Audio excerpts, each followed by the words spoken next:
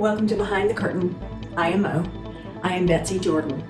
What do you do when Congress is saying one thing and your president is saying another, and those who are advising him don't know the difference between the city that they bombed and the nuclear facility that they're supposed to have bombed? First of all, I think you get very frightened. You don't feel very safe. So what we're told right now is that Iran was not close to a nuclear bomb. Now, look, this regime has killed more Americans than any other regime ever. So the desire to stop that nonsense is there.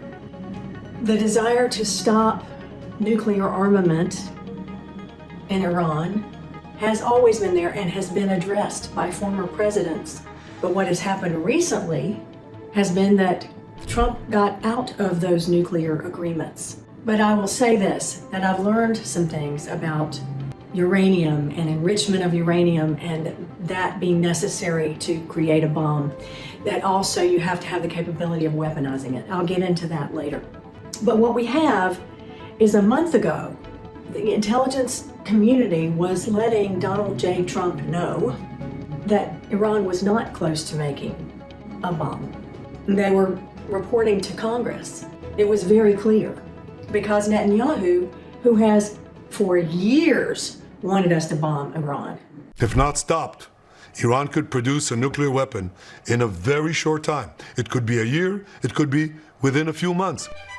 They have the wherewithal, the stored up, preserved knowledge to make a bomb very quickly if they wanted to do it. Iran is so dangerous. Weeks away from having the fissile material for an entire arsenal of nuclear bombs. They're very close. They're 6 months away from being about 90% of having the enriched uranium for an atom bomb. Iran is gearing up to produce 25 bombs, atomic bombs a year, 250 bombs in a decade. Ladies and gentlemen, time is running out. Iran will be capable of producing alone, without importing anything, nuclear bombs within 3 to 5 years. So President Trump took it under advisement, said he was going to wait a couple of weeks, but he bombed in 2 days, all of a sudden saying it was an imminent threat.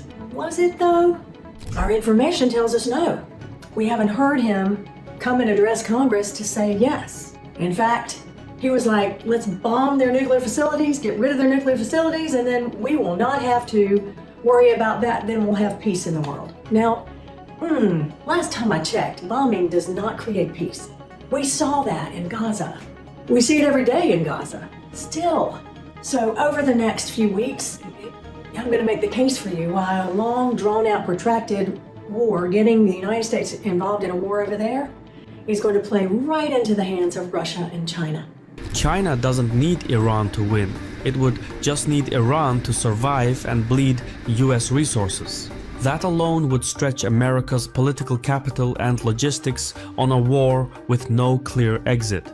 And for whatever reason, our president is not seeing that, because I believe he believes that what he's doing is right. I don't just feel sorry for the guy, but I believe he believes that what he's doing is right, and because he is who he is, that people will just do his bidding. Oh, well, we've got some senators and congresspeople who seem to be following in lockstep with him. So why wouldn't he believe that? It's a very dangerous place to be. And I'm not an alarmist. In fact, I try very hard not to be alarming. But when my advisors are telling me, yeah, they're the worst regime ever in Iran, and we believe they had nuclear, the ability to arm themselves with nuclear capability, and we've been working against that. And so, this is what we do.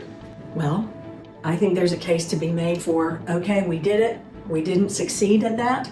That was our mission, was to take out the nuclear facilities. We didn't do it. They are not close to weaponizing that, so we stay out of it. But I'm not in charge. But if you will go to earlier episodes of Behind the Curtain, in my opinion, you will see the beginning of what happened in Israel and Gaza and Palestine, and how the United States has always been standing for a Palestinian state. When Trump went into office, one of the first things he wanted to do was take over Gaza and basically make it United States territory. The U.S. will take over the Gaza Strip, and we will do a job with it, too. We'll own it. It is certainly not in the habit of the United States of America to want to take further territory. In fact, we didn't like that.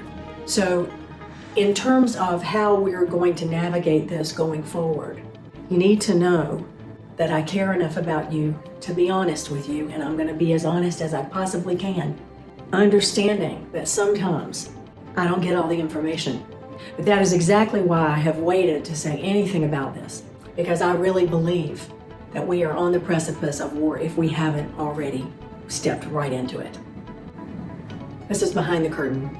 I am Mo. Thank you for being here.